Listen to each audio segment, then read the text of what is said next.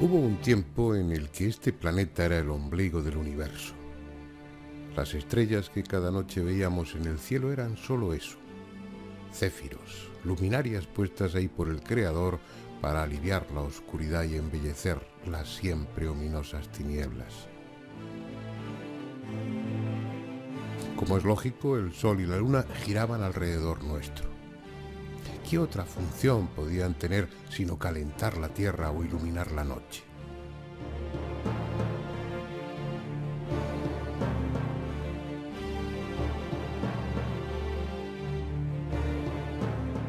Todo era sencillo. Éramos el único objetivo de la creación, las únicas criaturas. Nada hubo antes que nosotros, salvo Dios, y nada habrá después, salvo Él.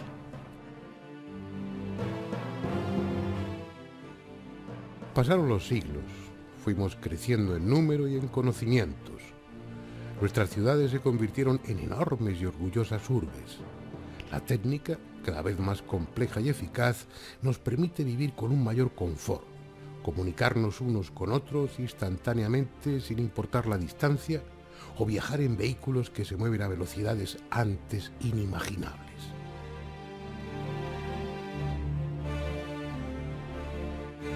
A cambio, las cosas han dejado de ser tan sencillas. Ahora somos solo un pequeño planeta girando en torno a una estrella de mediana magnitud en el extrarradio de una galaxia con miles de millones de soles como el nuestro y que a su vez es una cualquiera entre los miles de millones de galaxias que forman el universo conocido. Un universo cuyos límites son un misterio y su origen una mera hipótesis. Plantear que esta minúscula partícula perdida en un rincón del cosmos es la única que alberga una especie inteligente es aparentemente absurdo.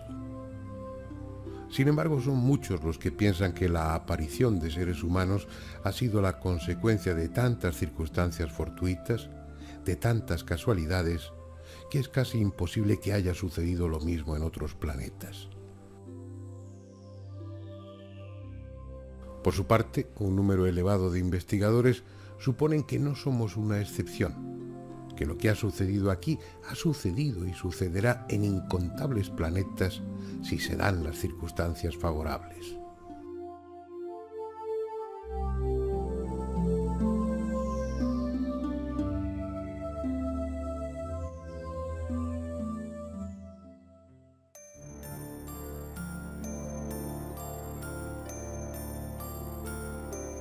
No es cuestión ahora de demostrar la realidad del fenómeno.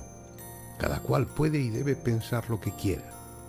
Pero aunque para gran parte de la opinión pública se trate de poco menos que un bulo, el que tenga un mínimo interés por informarse comprobará que los testimonios de todo tipo son tan abrumadores que negar la existencia de esos objetos volantes no identificados es negar lo evidente.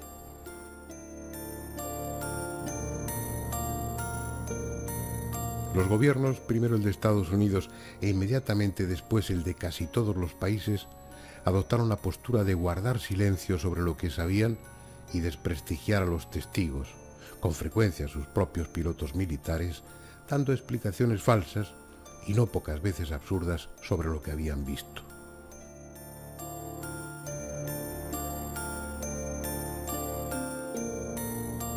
Esa campaña de intoxicación y desinformación ha sido tan eficaz que socialmente se considera como muestra de credulidad o de incultura creer en la existencia de los ovnis. Las razones para tal actitud son diversas, pero el astronauta Gordon Cooper, en una entrevista concedida para la revista Enigmas, opinó sobre la que, siendo la más sencilla, es la principal de las causas de esa manipulación oficial. Textualmente dijo: el secretismo comenzó durante la Segunda Guerra Mundial o poco después. Creían que el público se asustaría si se enteraba de que alguien tenía vehículos mucho más avanzados que los nuestros.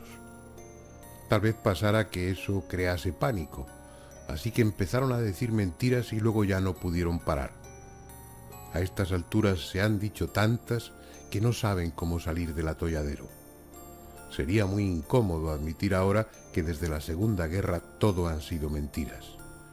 Creo que a cualquier presidente le gustaría no tener que seguir mintiendo, pero hasta que no pase algo que no puedan negar u ocultar, las cosas van a seguir así. Unas veces en connivencia, incluso pagados por las instituciones, y en otras por puro prejuicio, muchos científicos y periodistas especializados han contribuido y siguen haciéndolo a esa campaña de desprestigio y manipulación. Su planteamiento es en esencia tan simple como: si nosotros no podemos hacerlo, los demás tampoco. Y es que la presencia de los ovnis no solo implica la hipotética visita de alienígenas, con las repercusiones sociales que eso pueda tener, sino algo mucho más difícil de digerir para algunos: que nuestra tecnología, de la que nos sentimos tan orgullosos, es casi infantil comparada con la de ellos. No solo poseen una fuente de energía desconocida e inmensa, no solo violan en apariencia todas las leyes de la aerodinámica con sus maniobras, es que además su presencia aquí implica que nuestro conocimiento del universo está aún en mantillas. De acuerdo a lo que sabemos, es imposible que un vehículo recorra decenas o centenares de años luz, pero ellos lo hacen. O hay otros sistemas para recorrer las distancias siderales que todavía ignoramos, o han estado aquí desde siempre y este es también su planeta, lo que resulta igualmente difícil de entender.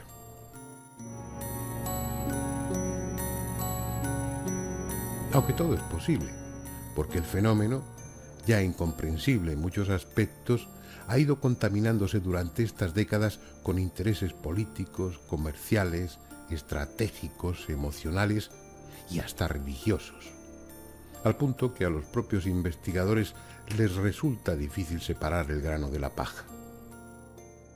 Por ejemplo, ¿quién puede afirmar a estas alturas si la célebre película que se difundió en 1995 de la autopsia de un alienígena es auténtica o falsa? Los ovnis son máquinas sorprendentes, pero máquinas, y por tanto susceptibles de averías, pueden estrellarse. Y eso es lo que, según todos los indicios, sucedió en algún lugar de este desierto en los primeros días del mes de julio de 1947. Los que dieron la noticia fueron los propios militares, que afirmaron tener el disco volante en su poder, aunque en los días siguientes lo desmintieron diciendo que era un globosonda. Pero ya era tarde. La noticia había sido difundida por todo el país y nadie se creyó lo del globosonda, a todas luces absurdo. Escuchen ahora una grabación histórica, cuando el 8 de julio de 1947 la emisora KGFL dio en su boletín informativo la noticia por vez primera. Headline edition, July 8, 1947. The Army Air Forces has announced that a flying disc has been found and is now in the possession of the Army. Army officers say the missile, found sometime last week, has been inspected at Roswell, New Mexico, and sent to Wright Field, Ohio, for further inspection. Pero lo que da un interés aún mayor al caso es que junto a los restos de la nave se encontraron los cadáveres de varios tripulantes. Este sería uno de ellos. La película que están viendo, supuestamente rodada en 1947, fue conseguida en 1993 en Estados Unidos por un productor inglés, Ray Santilli, de manos del propio cámara que la rodó, ya un anciano octogenario. El cadáver corresponde a una criatura de extraña anatomía, con un cráneo voluminoso, de poco más de 1 metro de estatura, vientre abultado, genitales apenas desarrollados, pero que por la pequeña hendidura parecen corresponder a una hembra, y manos y pies de 6 dedos. Los médicos no son muy minuciosos y la sala de autopsias tampoco resulta la idónea. Todo tiene un cierto aire de improvisación y de prisa. Pero no conviene olvidar que la necropsia, aunque sería mejor decir la recogida de muestras, a veces órganos completos, se está realizando en una base militar secreta y no en un instituto anatómico forense por patólogos profesionales.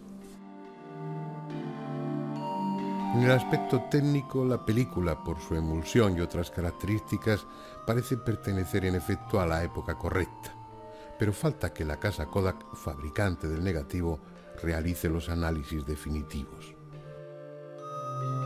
Entre los investigadores la opinión está dividida. Unos apuestan por su autenticidad, en tanto que otros sospechan que se trata de un fraude, pero no realizado por oportunistas con fines comerciales, sino por las propias instituciones norteamericanas, probablemente la CIA, que como es sabido viene participando activamente en el control de la información sobre el fenómeno ovni precisamente desde 1947, a raíz del caso Roswell. El sutil motivo para realizar y difundir esta falsa película sería el de que, una vez descubierto que se trata de un fraude, esa idea se extienda a todo lo que concierne al tema de ovnis estrellados en poder de las fuerzas aéreas.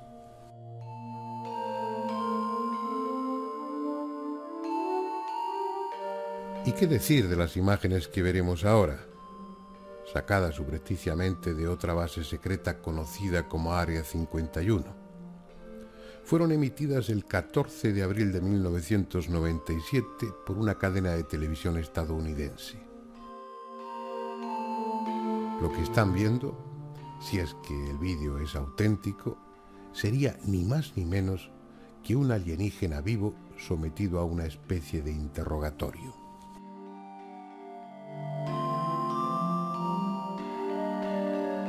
Posiblemente sea una falsificación, pero si lo es, hay que felicitar al realizador por su hábil puesta en escena y al actor que hace de extraterrestre, porque sin apenas gesticular, da a su personaje un dramático toque de desolación que conmueve al espectador. Para el contactado Giorgio Bongiovanni, que nos ha cedido las imágenes para esta ocasión, se trata de una filmación auténtica. Y su opinión es en modo alguno desdeñable, ya que Giorgio es el contactado más célebre y respetado de esta época, de probada honestidad y con la misión, a través de la revista UFO, La Visita Extraterrestre, del grupo Non Siamo Soli y de sus apariciones personales, de concienciar a la sociedad actual de la realidad del fenómeno y de la presencia de los alienígenas como inductores a un cambio positivo para la humanidad. En Bongiovanni se conjugan dos aspectos a los que hemos aludido al hablar de las apariciones marianas: el religioso, espiritual y el extraterrestre.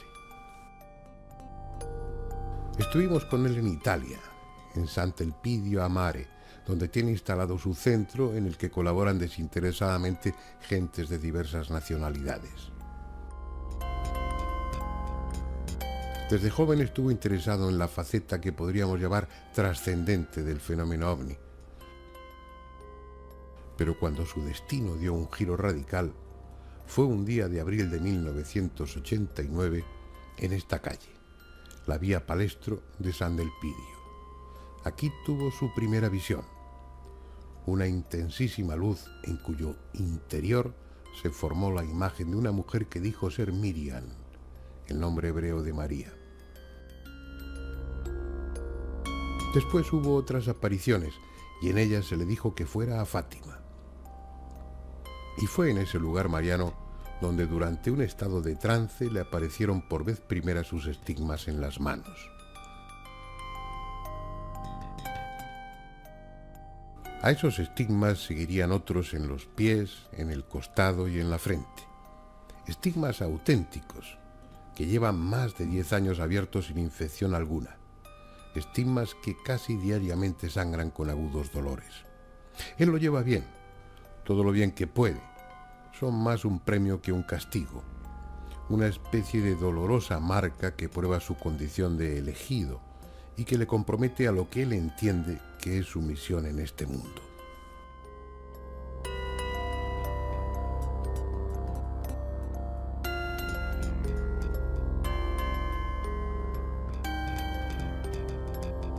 Yo pienso que la ufología es seria, pero claro, la ufología seria, la ufología profunda es la única materia que en este momento está dando prueba, evidencia que este contacto existe y que un día u otro se dará en una manera impactante, global, porque los gobiernos se esconden, las iglesias se esconden, la ciencia no le interesa o hace la finta que no le interesa o lo estudia ocultamente. Entonces la única materia, la más polémica, la más atacada de todo el mundo es la ufología.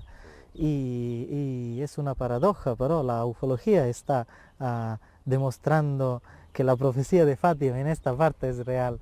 Es decir, que efectivamente los extraterrestres existen. Y por esto elegí de difundir material de OVNI, para que se cumple también, para que puedo dar una aportación a la profecía de Fátima. Entonces mi segundo aspecto de difundir, de hacer conferencias de ufología, de contactos extraterrestres, contactados, Eugenio, Adamski, etcétera, yo mismo que he tenido mis experiencias. Yo no soy un contactado porque he tenido pocas experiencias, poquísimas. Mi contacto es diferente, como hemos explicado antes.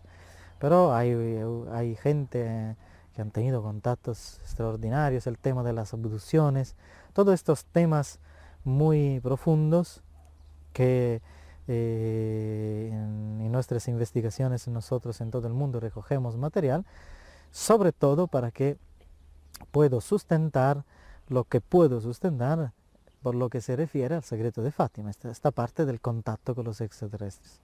Básicamente mi experiencia es difundir el mensaje de Fátima, y hay otra parte que me pidieron, la más difícil, y que a veces no alcanzo a cumplir, es decir, la actuación del mensaje. Los investigadores que se autoproclaman serios consideran inaceptable esta mezcla de lo espiritual con los ovnis, pero en mi opinión es una actitud más cargada de prejuicios que de razones.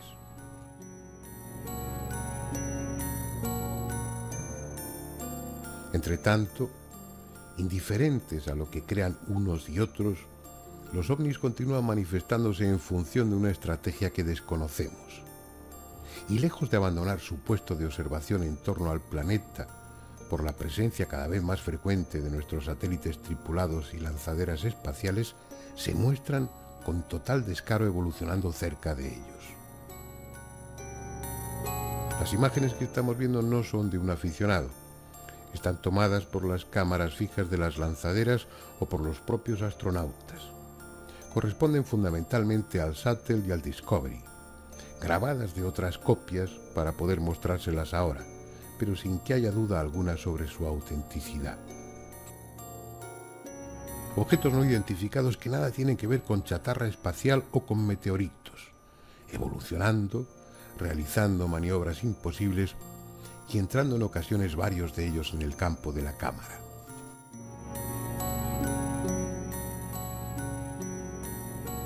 La impresión es que por encima de nuestra estratosfera hay una intensa actividad. Los numerosos satélites perfectamente identificables y otros objetos con diferentes trayectorias y un comportamiento que no guarda relación alguna con el de nuestras naves o el de los objetos celestes convencionales.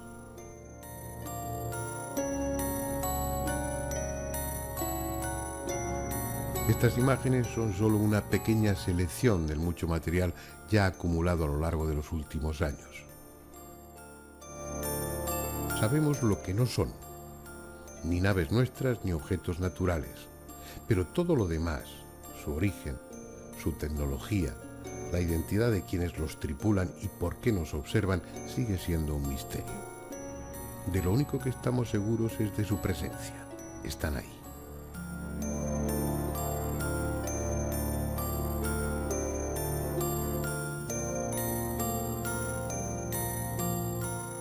Pero ni siquiera de eso se nos ha informado oficialmente, porque respecto a los ovnis, la NASA y el resto de las agencias espaciales siguen las mismas consignas en el espacio que los militares y gobiernos con lo que sucede dentro de nuestra atmósfera: silencio o manipulación.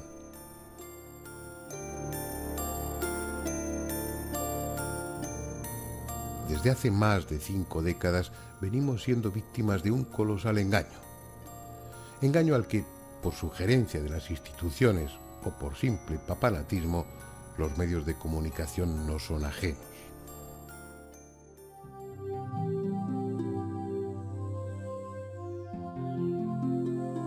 Por ejemplo, si yo les menciono los círculos de las cosechas, la mayoría de ustedes tendrán una opinión formada, ni más ni menos que la que les han inculcado.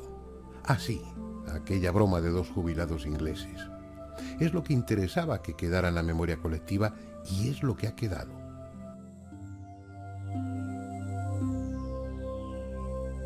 Sin embargo, los círculos de las cosechas constituyen uno de los enigmas más desconcertantes a los que se enfrenta la humanidad actual.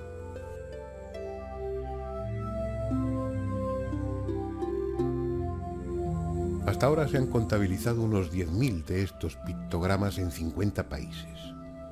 Los primeros aparecieron en Australia durante los años 60, pero cuando se han convertido en un fenómeno llamativo ha sido a partir de los años 80, en que dejaron de ser círculos sencillos para convertirse en diseños cada vez más bellos y complejos.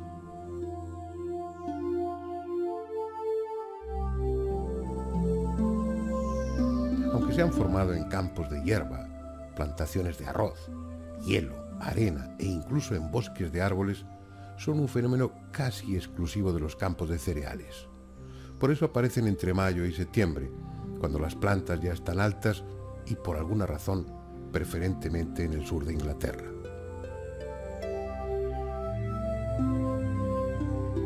De aquellos círculos, aislados o en grupo, se ha pasado a complicados dibujos que a veces ocupan toda una hectárea de terreno y cuyo contenido abarca los más diferentes temas, incorporando conceptos matemáticos o astronómicos y otros relacionados con el simbolismo, la espiritualidad o el esoterismo.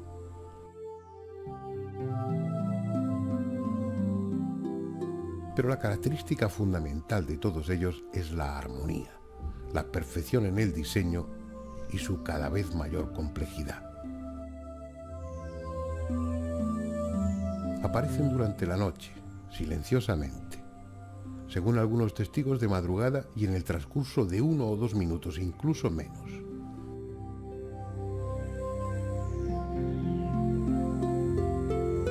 A lo largo de estos años son ya muchos los testimonios que se refieren a la presencia de luces de diferentes tamaños y formas sobrevolando el campo donde después aparecerá el dibujo.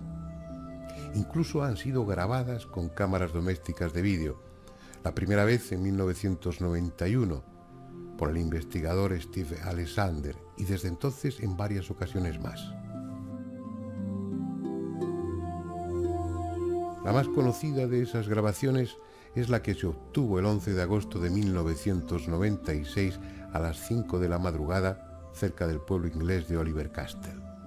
En ella se puede ver perfectamente cómo 2 pequeñas esferas luminosas se desplazan sobre el campo de cultivo mientras bajo ella se va formando uno de los complejos pictogramas.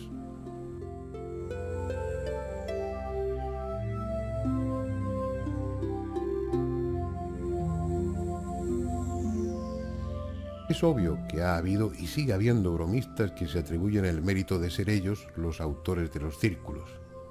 Han demostrado además que son capaces de hacerlo y con aceptable resultado. Así pues, junto a los auténticos círculos hay otros falsos, lo que favorece esa cortina de humo con la que autoridades e instituciones intentan cubrir habitualmente los fenómenos desestabilizadores, en tanto que ellas, como es lógico, también los investigan.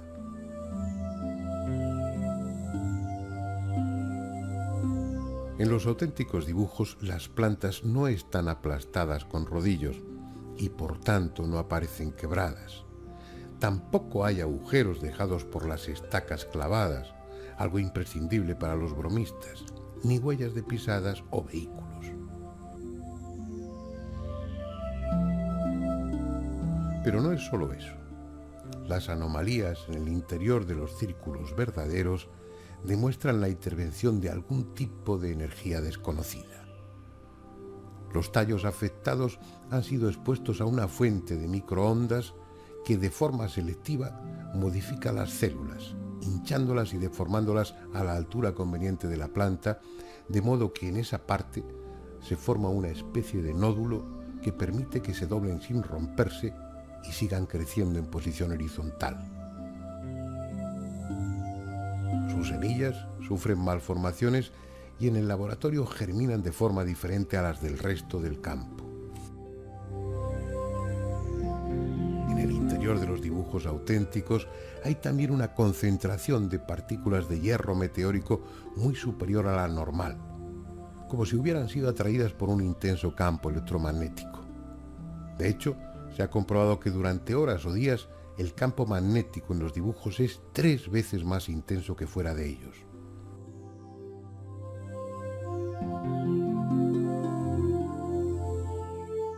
Algo desconocido, que nada tiene que ver con estacas, cuerdas y rodillos, traza desconcertantes figuras en los campos de cereales sin quebrar los tallos, produciendo alteraciones en la estructura molecular de las plantas, modificando temperatura, magnetismo y radiactividad, y sin dejar una sola huella. Tan solo un dibujo, a veces gigantesco, de enorme belleza y complejidad.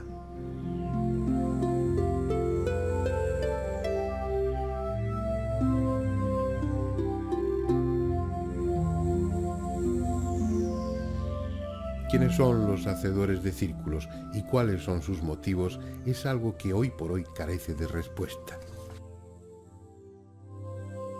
En todo caso, y aunque sea en esta época cuando aparecen con profusión, hace siglos que en esa parte del sur de Inglaterra se viene hablando de los círculos.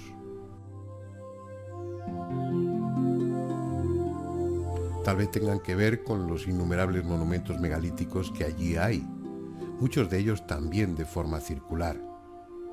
Es posible que la historia de los llamados círculos de las cosechas haya comenzado no en el siglo pasado, sino hace ya varios milenios.